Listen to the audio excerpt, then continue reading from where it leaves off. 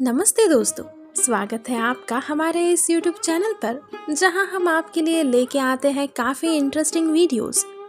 दोस्तों, हम हमारे YouTube चैनल पर एक सीरीज स्टार्ट करने जा रहे हैं जहां पर हम आपको रामायण को सरल भाषा में समझाने की कोशिश करेंगे। उम्मीद करते हैं कि आपको ये सीरीज ज़रूर पसंद आएगी। आप इसे ज़रूर सुने क्योंकि हम सभी इस बात को जानते हैं कि भारत के मूल ग्रंथों को आक्रमणकारियों ने कई बार नष्ट किया है, लेकिन फिर भी हमारे ऋषि मुनियों, विद्वानों व दार्शनिकों ने आने वाली पीढ़ी के लिए उसे फिर से लिखा है। इसलिए अब हमारी जिम्मेदारी है कि हम उनके इस महान कार्य को सम्मान करते हुए हमारे महाकाव्य को पढ़े, समझे व इन्हें जीवन में उतारे। दोस्तों, हमारे स्कूल और कॉलेज के सिलेबस में हमें विदेशी आक्रमणकारियों का इतिहास तो पढ़ने मिल जाता है, लेकिन हमारे खुद के महान और गर्व करने वाले इतिहास, विशेषकर रामायण और गीता जैसे ग्रंथों को नहीं पढ़ाया जाता है। इसी कमी को पूरा करने के लिए हम आपके लिए वाल्मीकि रामायण के मूल संस्करण बेहद सरल और इंटरेस्टिंग भाषा में लेकर आए हैं। इस महाकाव्य को शुरू करने से पहले इसके बारे में कुछ बातों को जानते हैं। दोस्तों, रामायण भगवान श्री राम जी के जीवन पर लिखा गया ग्रंथ है। रामायण को इस पृथ्वी का आदि काव्य भी कहा जाता है, क्योंकि माना जाता है कि ये इस धरती पर कविता के रूप में लिखा गया सबसे पहला ग्रंथ है और इसकी रचना करने वाले महर्षि वाल्मीकि को आदि काव्य के रूप में जाना जाता है। उनके द्वारा रचित रामायण को वाल्मीकि रामायण भी कहा जाता है। दोस्तों, महर्षि वाल्मीकि ने रामायण की रचना प्रभु श्री राम जी के जीवन काल में ही की थी। इसके बाद मध्यकाल में प्रसिद्ध कवि गोस्वामी तुलसीदास जी ने भी रामायण की रचना की थी, जो रामचरितमानस के रूप में जानी जाती है।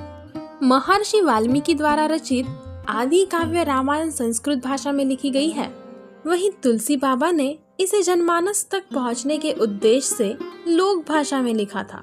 15वीं सदी के महान कवि कबीरदास जी ने प्रभु श्री राम के संपूर्ण जीवन को सरल भाषा में एक दोहे में पिरोते हुए लिखा कि एक राम दशरथ का बेटा, एक राम घट घट में बैठा, एक राम का जगत पसारा, एक राम इन सब से न्यारा। हर सदी में हमारे कवियों और संतों ने प्रभु श्री राम के जीवन को जन जन तक पहुंचाने का प्रयास किया है और इसी कड़ी में हमारा भी प्रयास है कि आज की यंग जनरेशन को भारत के मूल ग्रंथों को सरल भाषा में समझने और पढ़ने का मौका मिले। दोस्तों, बताया जाता है कि रामायण की रचना करने से पहले आदि कवि महर्षि वाल्मीकि एक डकैत हुआ करते थे, जिन्हें रत्नकार डाकू के नाम से जाना जाता था। पौराणिक मान्यता है कि एक बार भगवान नारद मुनि एक जंगल से जा रहे थे। उसी समय रत्नकार डाकू ने उन्हें बंदी बना लिया। इस पर नारद मुनि ने रत्नकार से कहा, ये जो तुम लूट, डकैती व हत्या जैसे पाप कर्म कर रहे हो, क्या उसमें तुम्हारे परिवार के सदस्य व साथी भी भागीदार बनेंगे? रत्नकार को अपने साथियों व परिवार पर पूरा विश्वास था कि वे भी इस पाप कर्म में उनके सहभागी बनेंगे, लेकिन रत्नकार के पूछने पर सभी ने कहा, नहीं, तुम्हारे पाप के भागीदार तो तुम स्वयं बनोगे। ये सुनते ही रत्नकार के मन से संसार के प्रति मोह समाप्त हो गया और यही से उनके महर्षि वाल्मीकि बनने का मार्ग खुला। उन्होंने नारद मुनि से अपने पाप कर्मों के प्रायश्चित का उपाय पूछा, जिस पर नारद मुनि ने रत्नकार को राम नाम का मंत्र दिया, लेकिन रत्नकार के मुंह से राम नाम निकल ही नहीं रहा था। इस पर नारद मुनि ने कहा कि तुम राम नाम के जगह इसका उल्टा मरा मरा का जाप करो। रत्नकार ने वही जंगल में मरा मरा का जाप शुरू कर दिया। रत्नकार कई दिनों तक जंगल में बैठकर तपस्या करते रहे। वे तपस्या में इतने लीन हो गए कि उनके शरीर पर दीमक ने अपना घर बना लिया। उनकी कठिन तपस्या से प्रसन्न होकर भगवान ब्रह्मा जी ने उन्हें दर्शन दिए और उनके शरीर पर दीमक की बामी देखकर उन्हें वाल्मीकि नाम दिया। कहते हैं कि स्वयं ब्रह्मा जी ने ही वाल्मीकि को भगवान श्री राम के जीवन को रामायण के रूप में लिखने की प्रेरणा दी थी, जिसके बाद महर्षि वाल्मीकि ने रामायण की रचना की।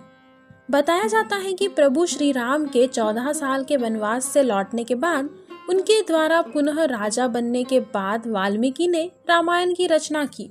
इसमें उन्होंने 24,000 श्लोक, 500 सर्ग व 7 कांड में प्रभु श्री राम के जीवन काल का पूरा वर्णन किया है। रामायण लिखने से पहले वाल्मीकि को ये नहीं पता था कि वो रामायण की रचना कैसे करेंगे।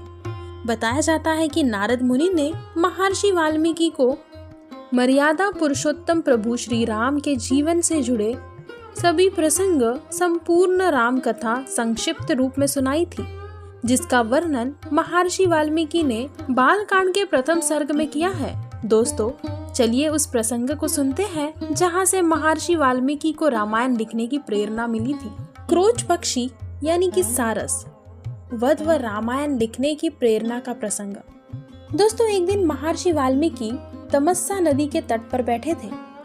तमस्सा नदी के घाट पर शांत सौम्य वातावरण में उन्हें एक क्रोच पक्षी का जोड़ा दिखा।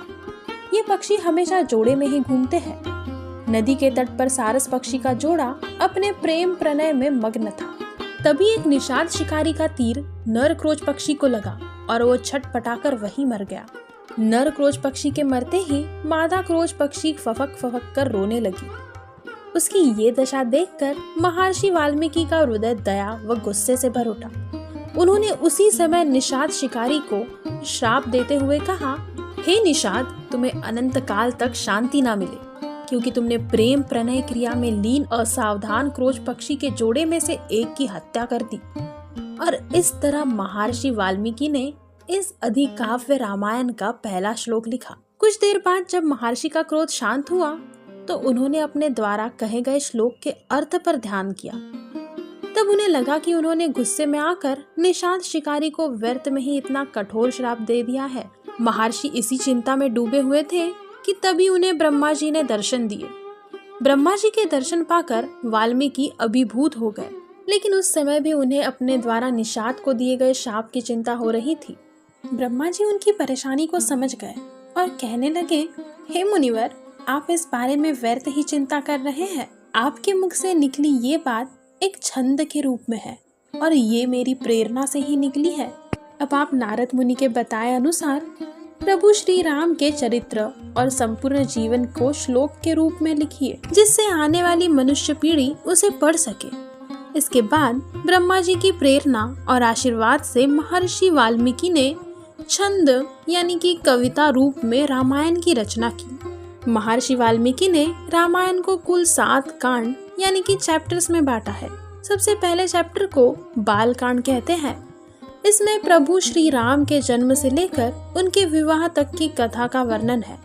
तो आइए प्रभु श्री राम का ध्यान कर इस आदि काव्य की मधुर यात्रा की ओर चलते हैं। दोस्तों, बाल कांड के पहले 7 सर्गों में महर्षि वाल्मीकि ने नारद मुनि द्वारा उन्हें राम कथा का संक्षिप्त वर्णन सुनाना, क्रोच पक्षी की कथा रामायण के काव्य रूप में लिखने सहित अयोध्या के राजा दशरथ के राज्य का वर्णन व उनके शासन काल के बारे में बताया है। बाल कांड के 8वें स्वर्ग में वाल्मीकि ने अयोध्या के राजा दशरथ द्वारा पुत्र रत्न की प्राप्ति के लिए किए गए अश्वमेध यज्ञ के बारे में बताया है। त्रेता युग की बात है। सरयू नदी के किनारे कौशल नाम का एक राजा रहता था, जहां इक्ष्वाकु वंश के राजा अज के पुत्र दशरथ राज करते थे। कौशल राज्य की राजधानी अयोध्या नगरी हुआ करती थी, जहां राजा दशरथ अपनी 3 रानियों के साथ रहते थे। अयोध्या नगरी अपनी वास्तुकूल के लिए भी जानी जाती थी। ये 12 योजन लंबी और 3 योजन चौड़ी थी। योजन उस समय के माप की इकाई थी। अगर इसे आज की गणना के अनुसार समझना हो तो 1 योजन में 8 मील होते हैं और 1 मील में 1.5 किलोमीटर होते हैं। अयोध्या नगरी को चारों ओर से ऊंची ऊंची दीवारों से सुरक्षित किया गया था और दीवारों के बाहर की ओर गहरी खाई थी। नगर के बीचों बीच बहुत बड़ा राजमहल था। राजमहल के चारों ओर चौड़ी व बराबर दूरी पर बनी सड़कें थी। इनके किनारे अनेक बड़े भवन बने थे, जिसमें प्रजा रहती थी। राजा दशरथ की प्रसिद्धि दूर दूर तक फैली हुई थी। वो बड़े प्रतापी, सौम्य और सदाचारी राजा थे, लेकिन सभी प्रकार का राजसुख व धन योग होने के बाद भी वो अपने वंश के लिए चिंतित रहते थे। राजा दशरथ को पुत्र प्राप्ति नहीं थी। इस बात से उनकी 3 रानियां कौशल्या, सुमित्रा और कैकेयी भी दुखी रहती थी। अपने विद्वान और धर्म के जानकार सलाहकारों से चर्चा करने के बाद राजा दशरथ ने पुत्र प्राप्ति के लिए पुत्रेष्टि यज्ञ अश्वमेध यज्ञ करने का निर्णय लिया। उनके मंत्रिमंडल के प्रमुख मंत्री सुमंत्री ने इस यज्ञ के लिए महान तपस्वी ऋष्यशृंगार को इस यज्ञ का आचार्य बनाने का सुझाव दिया, जिसे सभी ने सहर्ष स्वीकार किया और यज्ञ की तैयारी आरंभ हो गई। राजा दशरथ ने महल आकर अपनी तीनों रानियों को भी इस यज्ञ के बारे में बताया। इस पर तीनों रानियां बहुत खुश हो गई और तैयारी में लग गई। इधर प्रमुख मंत्री सुमंत्री राजा दशरथ को सलाह देते हैं कि इस यज्ञ को बिना किसी बाधा के पूरा करने के लिए उन्हें स्वयं महान तपस्वी ऋष्यशृंग को इस यज्ञ के लिए आमंत्रित करना चाहिए। इसके बाद सुमंत्र उन्हें अंग देश के राजा रोमपाद की बेटी शांता और ऋष्यशृंग के विवाह का पूरा प्रसंग सुनाने लगते हैं। तपस्वी ऋष्यशृंगा के विवाह का प्रसंग पूरा होने के बाद राजा दशरथ सुमंत्र के कहे अनुसार सपरिवार अपने मंत्रियों के साथ ऋष्यशृंग को लाने के लिए अंगदेश की ओर निकल जाते हैं। वहां पहुंचने पर अंगदेश के राजा रोमपाद राजा दशरथ का हृदयपूर्वक स्वागत करते हैं और ऋष्यशृंग को उन दोनों की मित्रता के बारे में बताते हैं। राजा दशरथ अपने आने का कारण बताते हुए ऋष्यशृंगा से पत्नी शांता के साथ अपने नगर चलने का निवेदन करते हैं, जिसे स्वीकार करते हुए ऋष्यशृंगा पत्नी शांता के साथ अयोध्या नगर की तरफ निकलते हैं। अयोध्या नगरी पहुंचने पर नगरवासियों द्वारा उनका भव्य स्वागत किया जाता है। इसके बाद अयोध्या नगर के पास ही सरयू नदी के किनारे एक भव्य यज्ञशाल का निर्माण किया जाता है। राजा दशरथ वशिष्ठ मुनि से यज्ञ की तैयारी के लिए अनुरोध करते हैं, जिस पर वशिष्ठ मुनि द्वारा विद्वान ब्राह्मणों व शूरवीर राजाओं को यंत्र का निमंत्रण दिया जाता है। इन सभी राजाओं में से एक मिथिली के राजा जनक भी थे। आगे चलकर जिनकी पुत्री सीता माता से प्रभु श्री राम का विवाह होता है। सरयू नदी के तट पर शुभ मुहूर्त में पुत्र प्राप्ति के लिए पुत्र श्रेष्ठ यज्ञ प्रारंभ होता है। वैदिकीय परंपरा के अनुसार मंत्र व आहुतियों से यज्ञ किया जाता है। वेद मंत्रों की मंगल ध्वनि से पूरा वातावरण गूंज उठता है। रामायण के इस 15वें स्वर्ग में एक रोचक कथा का भी वर्णन मिलता है। जब इस भव्य और दिव्य यज्ञ का आयोजन चल रहा होता है तो उस समय देवलोक से सभी देवताओं का समूह, गंधर्वों और पृथ्वीलोक से ऋषि महर्षियों का समूह भी यज्ञ में उपस्थित होते हैं। महर्षि वाल्मीकि ने लिखा है कि इन सभी देवताओं, गंधर्वों और ऋषि महर्षियों ने सृष्टि के रचयिता ब्रह्मा जी को अपनी परेशानी के बारे में बताया। उन्होंने ब्रह्मा जी से कहा कि हे प्रभु, पृथ्वीलोक पर रावण नाम का एक राक्षस है जिसे आपका अमर वरदान प्राप्त है। रावण बहुत ही अत्याचारी है और सभी को कष्ट दे रहा है। जब उसका मन चाहे वो ऋषि मुनियों की तपस्या में बाधा डालकर उन्हें परेशान करता है। आपके दिए वरदान के कारण कोई भी उसे मार नहीं सकता।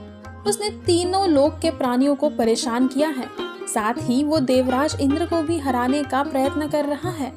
बताया जाता है कि लंका प्रदेश का राजा रावण अपने अत्याचार के कारण देवलोक, पृथ्वीलोक व पाताल लोक तीनों लोक में कुख्यात था। लेकिन रावण इतने अवगुण होने के बाद भी बहुत ज्ञानी और शास्त्रों का जानकार था। उसकी इच्छा थी कि वो पूरे ब्रह्मांड में सबसे ताकतवर बने। इसलिए उसने ब्रह्मा जी की कठिन तपस्या करके उन्हें प्रसन्न किया था। रावण की तपस्या से खुश होकर ब्रह्मा जी ने उसे एक वरदान मांगने के लिए कहा था। इस पर रावण ने ब्रह्मा जी से वरदान मांगा था कि कोई भी गंधर्व, यक्ष, देवता या राक्षस उसे नहीं मार सके। ब्रह्मा जी के इसी वरदान के कारण वो सभी लोक में रावण के अत्याचार का आतंक था। ब्रह्मा जी ने सभी देवताओं, गंधर्वों और ऋषियों की बात सुनकर कहा कि रावण मनुष्य को बहुत ही छोटा व कमजोर समझता है। इसलिए उसने वरदान मांगते समय केवल गंधर्व, यक्ष, देवता व राक्षसों के हाथ से न मरने की मांग की थी। इसलिए अब एक मनुष्य के हाथ ही उसका वध होगा। इस बात को सुनकर सभी देवता व महर्षि बहुत प्रसन्न हुए। बताया जाता है कि इसी समय भगवान विष्णु भी अपने गरुड़ वाहन पर सवार हो वहां पहुंचते हैं। सभी देवताओं व ऋषियों ने उन्हें अपने समस्या बताते हुए उनसे आग्रह किया कि हे प्रभु, अयोध्या के राजा दशरथ धर्मज्ञ, उदार व शूरवीर है।